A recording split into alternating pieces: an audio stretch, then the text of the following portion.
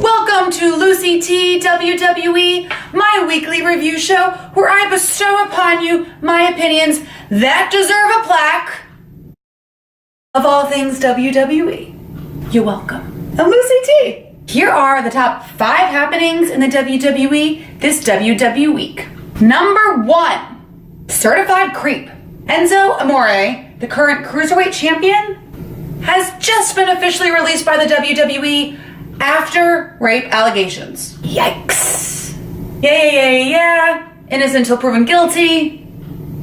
But look at him. But seriously, look at him. Number 2, let's talk about Raw's 25th anniversary. I was there. I'm not sure if you saw me on the TV, but I am so glad that I got my tickets for the Barclays Center and not the Manhattan Center. Too soon? Ouch.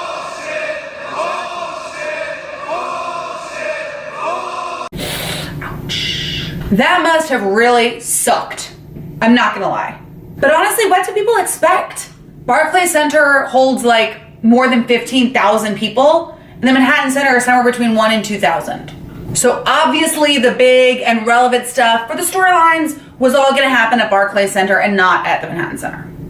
And I know that the Manhattan Center has the nostalgia effect, which is probably why all the old timers came back there just to like stroll around for a few minutes. I do think that WWE should have been a little bit more clear about what to expect at each location, and maybe they wouldn't have so many angry fans post Raw 25. People are still confused after Undertaker's confusing promo. Is he coming? Is he going? Enraged after going to commercial break, literally in the middle of Scott Hall's entrance, and just overall mad that nothing happened at the Manhattan Center all evening. Even Jerry the King Lawler was asleep. Ah! At least you got to keep your chairs and see Shawn Michaels promote the WWE Network. It was the first time that WWE attempted to do one show at 2 locations going back and forth, so hopefully it will be a lesson learned. I don't think anything else though could have beaten the opening of Monday Night Raw this week with Stone Cold and the McMahons. Literally gold. Vinnie Mac, you still got it. Even though we did learn of his hearing issues, the energy of Barclays was amazing, even though the show did feel a little bit rushed and the pony parade of the old female superstars was a little bit weird. Where was Lita?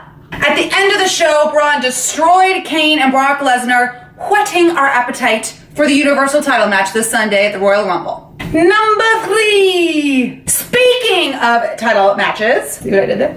The Miz finally got his beloved Intercontinental title back from Roman Reigns, which makes me think of one of 2 things. Either WWE is about to suspend Roman based on the recent steroid use rumors, or number 2, which I hope is less likely, is getting ready to win the Rumble and then get the Universal title at WrestleMania. This match was so good though. You can see my face bugging out. Oh my gosh. When Roman Reigns kicked out. You can catch my interview with him right here on LucyTWWE, so check it out.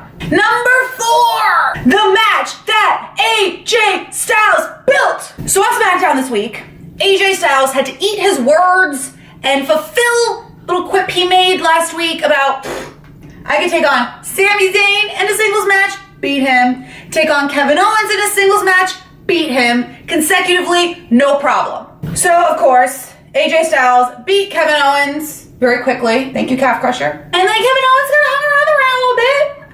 My knee. And then Sami Zayn won his match.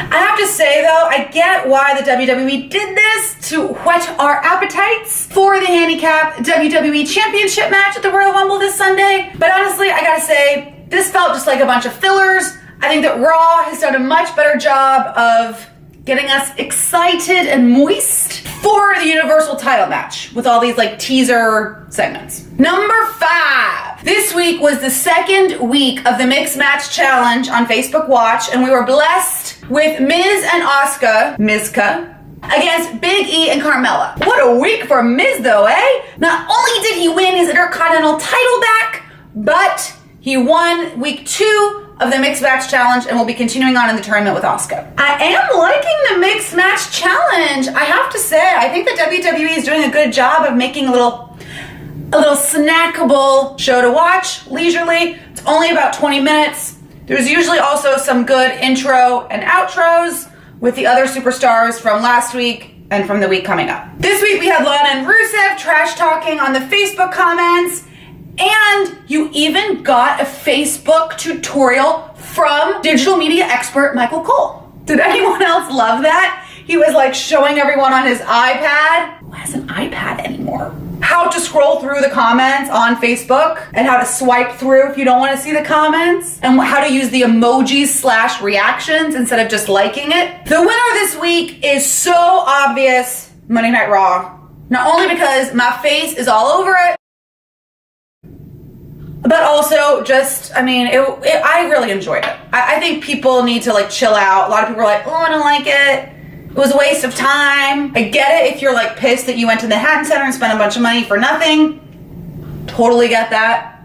But the energy at Barclays, the star power at Barclays, even watching it at home, I can imagine was like a really, really great show. And the beginning, like, come on. With the Stone Cold Stunner, not once, but twice on Shane McMahon, and then even on Vince McMahon. Amazing.